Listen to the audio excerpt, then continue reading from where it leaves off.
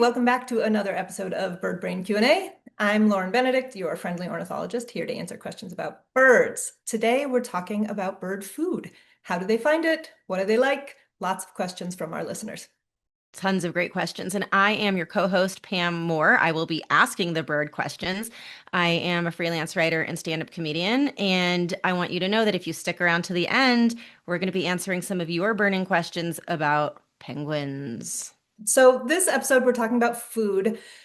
We got a lot of questions about food, but also I feel like I have been eating a lot of food lately. Pam, are you feeling food overload right now? In a sense, yes. And I think I love this. It's a very timely topic because as we record, it's early January. We're just back from the holidays, getting into things. I am curious, Lauren, you mentioned having eaten a lot of food. What were some of the best or most interesting foods you ate during the holiday season? Ooh, that's so interesting. Well, I spent Thanksgiving actually in Tanzania. So I ate some great food there, and it was not my typical Thanksgiving dinner. Love that. Now for the moment you've been waiting for, our first bird food eating question. This one is from a viewer named Terry. Terry asks, I love the specificity, Terry. If you are watching, I love you right now. I'm the type of person people say like, "Oh, it's too much information." I'm like, "That's not a thing." So Terry, thanks for the deets. He says, "A friend and I were walking a beach in Florida a couple years ago and ran into some birders." As you do. I asked, how could shorebirds possibly know where to dig for bugs and worms and such in the sand? They said birds used hearing. I had a hard time believing that, as it's so noisy on the beach with waves and such. Vibration detection is an alternative, but again, the beaches are hit by waves. So is it magic or random digging?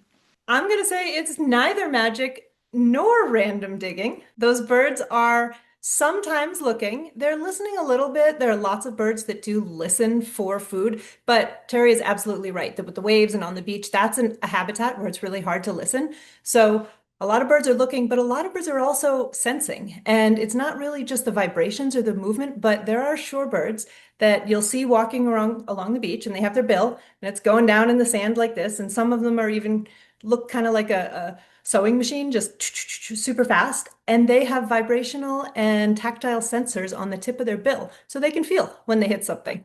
They have these really cool special sense organs, Herbst corpuscles, they're called. It's a ridiculous name, isn't it? But they have a sense organ on the tip of their bill. So when they hit a worm down there, they feel it. And then some birds, amazingly, on the tips of those long, skinny bills, can even bend just the tip of the bill and just open the little tip without opening the whole bill, grab a worm and pull it up.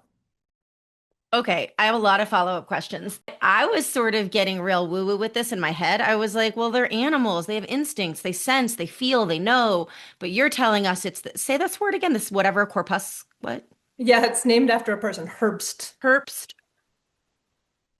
Herbst corpup. Okay, it kind of sounds like an STI, but Pretty much. how far down? I don't know if you know the answer to this. How far down into the sand could they conceivably detect a worm? However long their bill is. And actually, this is a great question. And this is really cool about shorebirds. There are tons and tons of shorebirds, and they can all coexist and forage in the same patch of mud if they're with other species that have bills of different lengths, because some probe deeper in the sand and some probe less deep. So this is kind of a classic example of how they're sharing the food resources at different levels based on the shape of that bill and their foraging ability. I love this, and I feel like it speaks to the universality. Is that a word? Universality? The Yeah. universalist nature of the importance of diversity Mhm. and the importance of like an abundance mindset. Like if these birds were like in corporate America and there I feel like there's this ethos of like, okay, how do I get mine? Let's just play golf with all the men. Everybody else is pushed out. This is a pie. It's a zero-sum game. And this is the opposite of that. And they are thriving. They're like, let's all get what we need and we'll all be different and everybody can get what they want and need. I love this. Yeah, there's this concept in ecology of resource partitioning or sharing within the set of resources splitting them up so that different species have evolved different traits to be able to take advantage of different things. And shorebird bills are a classic example of that because they can access different things. And then in addition to all those birds that have the long bills where they're probing down into the sand with them, there are lots of birds that do find little bugs and things on the shore visually. And there are some that glean it right off the surface of the mud. There are some that do it a little bit into the water. There are others. There's a group of birds called turnstones.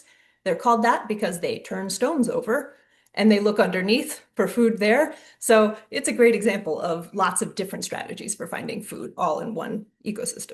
All right, that was wow. I just learned so much. That was awesome. Let's move to our next question. This one is from Paul in New York, asking about backyard birds. He asks, how do birds find seed? Is it smell, sight, a combination of senses? Ooh, I love the segue between Terry's question and Paul's question. And finally, how do I encourage them to find my new bird buddy feeder? Yeah. I love it. Can we lure them? Can we manipulate them? Can we motivate them? Yeah, there's a practical motivation to this question, right? Paul wants to see all those good birds. Yeah, birds, a lot of their food finding is visual. So most of the birds in your backyard are probably looking. They're looking for seed. They're looking for something that looks like food, but they're also looking for what other birds are doing. And they might even be looking for what squirrels are doing because a lot of food finding and things like that is social learning. So they're watching other birds. So if you can get one first bird to come regularly to your feeder, you will probably have a lot of others follow them pretty quickly. Oh my God. And if that doesn't work, I would say give your bird an iPhone and start liking on the algorithm, things that look like seed. So it will start, with the social contagion. It is. Food finding is social contagion among birds. Absolutely. It's the same idea.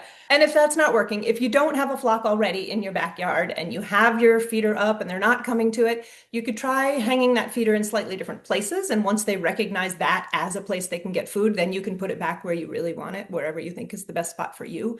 Or you can have spots where you put out other little bits of food kind of near it, and that'll bring them into the area, and then they'll start to recognize what food is available in your backyard and might look for the feeder as a place to go after they've eaten all the seed that you left on your fence post or whatever. Okay. Love this. Okay. And our next question.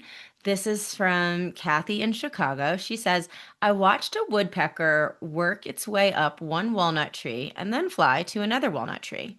Do certain species prefer one kind of tree over another? Yep, there are lots of bird species that have preferred foraging trees. And if you think about woodpeckers, I don't know what kind of woodpecker was in your yard, but maybe a hairy or a downy. Those are common backyard woodpeckers. And they have particular tree species that they prefer to forage in. And so you might find them going from there to there. And it depends partly on, whether there's food available in that tree at that time of year. It also depends on things like the size of the tree. So they might prefer certain species. Maybe they really like beech trees, but they also prefer larger trees. So they like beech trees of a certain diameter. And then there's also really cool partitioning, again, resource partitioning, where sometimes you have males and females of the same species who forage in different places. So downy woodpeckers are a nice example of this, where they've shown that females spend more time on the big trunks and males might be on the smaller branches foraging out there, kind of sharing those resources. I'm curious if there is some physiological or biological reason why the females tend to congregate one place and the males another place, or is it social? Like we are more likely as women to maybe meet up with our friends to do like a stitch and bitch, and the men are maybe more likely to go to a bar and watch Monday Night Football. That doesn't mean that, men are not biologically programmed, or maybe they are, to watch other men slamming into each other. I mean, but yeah, to what extent do you think this is a social environmental function versus purely biological? That's a really interesting question. For woodpeckers, it's hard to say. For other species of birds, there are clear differences in their body size or maybe the shape of their bill between males and females. And there, it really seems to be just a sort of ecological adaptation to allow males and females to share their resources better. So American avocets, which is another shorebird, back to shorebirds, are famous for this. Their bills are curved upwards, and male and female bills curve different amounts, and they think that's to allow them to forage and separate the resources in their area. And then for things like raptors. Females are bigger than males, and that might be helpful because females can take slightly larger prey and males will kill slightly smaller prey, and that way they can live in the same territory and share those resources. But then for some of these other different foraging strategies, it might be just social. So for woodpeckers, we don't know that they have anything about their body shape that causes them to do that differently. It might just be an evolved behavioral preference that allows them to coexist really well. So interesting. And another question that I have, my distant background is occupational therapy. And so like we're always looking at like ergonomics and like how Yeah. does the environment match the task and the body? So that's like me with my OT bent. Um, That's actually thinking about birds. That's a great way to think about it because there are so many birds that have evolved bills that are shaped to match the food that they eat. You think of hummingbirds with those long bills and sometimes curved bills that match the flower that they eat. They have co-evolved so that the foraging tool, the bill, totally matches the food source, the flower, in really cool ways. So yeah, that's absolutely, I mean, it's just a thing that happens across lots of bird species, and that's yeah. why hawks have really sharp bills that they can tear apart meat with, and shorebirds have those long, skinny bills that they probe in the sand with. It's so cool. That's so cool. And our last food question is about birds and food from another perspective. This one's from Emily. Can you eat all birds' eggs? I'm assuming she means can people? Can people eat, not you, Lauren, but can we eat all birds' eggs? I mean, we We know we can could. eat chicken eggs, duck Y- eggs. Yeah, all eggs have basically the same structure. All birds' eggs have that yolk and the white, and you could theoretically eat all birds' eggs. Sure, a lot of people eat ostrich eggs. They're enormous. People say that they're a little more kind of rich than a chicken egg, as are duck and goose eggs. There used to be a huge business or more kind of natural history pastime of people collecting eggs from birds' nests. And these egg collectors 150 years ago would go out, take the eggs out of a bird's nest, and then they would preserve the egg shell by putting a hole in the top and bottom and blowing the insides out so that all of the interior of the egg just went into a little bowl. And I always wonder if they cooked those up and ate them. It seems like such a good food source there. What they Yeah. wanted was the shell, but What maybe were they they didn't. doing with the shell? They were decorative objects. Sometimes they were keeping them for themselves, but often they were putting them in natural history museums and things like that. And you can still do this. If you want to try blowing out an egg, if you want to make, for example, a decorated Easter egg that lasts a really long time, give it a try. Put a little hole in top and a slightly larger hole in the bottom, and you just blow from the one hole, and all the goo comes out the other end, and then you can decorate that shell and it'll last essentially forever. Really? How would you suggest making the hole? Like with a edge of a pen or a scissor? A little, if you have a tiny little drill mechanism of some kind that you can spin to make the hole, that generally works Like a best. drill bit that you would spin by hand or with your power drill? I haven't tried it with a power drill. A gentle drilling motion is probably best, so. I'd be curious who were these people that were doing it as decor. And I would imagine, like, if 150 years ago you had the leisure time and the resources to be like, I think I want to decorate an egg in my spare time, you were probably doing pretty well, which tells me maybe you used it for food, but maybe you had your servants making your food and you weren't that concerned because you were like making art.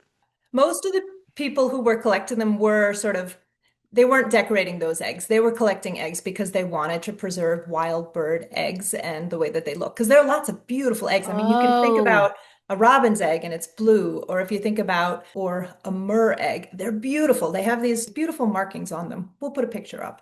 okay. Oh my God, how fun would it be if we did an episode where we just tasted bird eggs and discussed? We could be like bird egg sommeliers. Okay, so should we move on to this?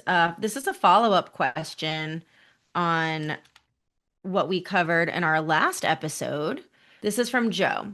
Joe says, you said that all birds have feathers, but what about penguins? They look like they have fur. Joe's right. They do kind of look like they have fur. Lauren, illuminate this for us, please. They do. They totally look like they have fur from far away. I agree with that. Yeah.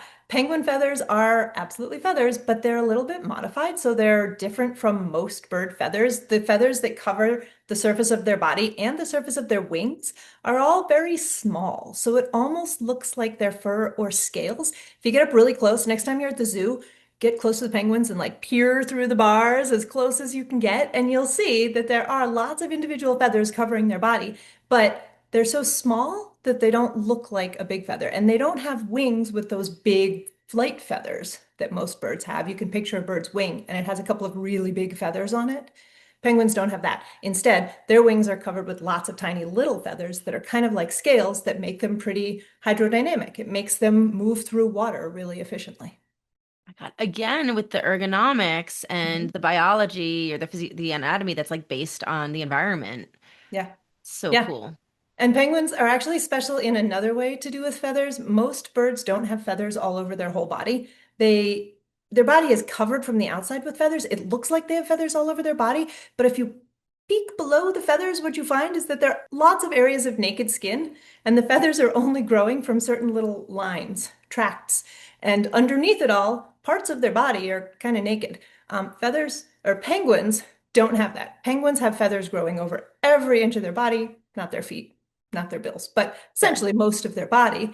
And that's probably because they live at such cold places and they're in the water, and you don't want to have little bits of naked skin exposed or potentially exposed when the wind blows. That's crazy. All I can think about when you mentioned these birds that actually have a lot of patches of skin exposed is like a dude with a comb over. It is sort of like that. Feathers are like the comb over. On most birds' bodies, they have a total feather comb over. And the feathers are growing like from the top of the head, but not really on the side of the head, but they're growing over that side. So it looks like that they're Yeah. everywhere. All right. This was super fun. I hope you all will come back again next time when we are going to be talking about Africa. Lauren, can you say a little bit more about that?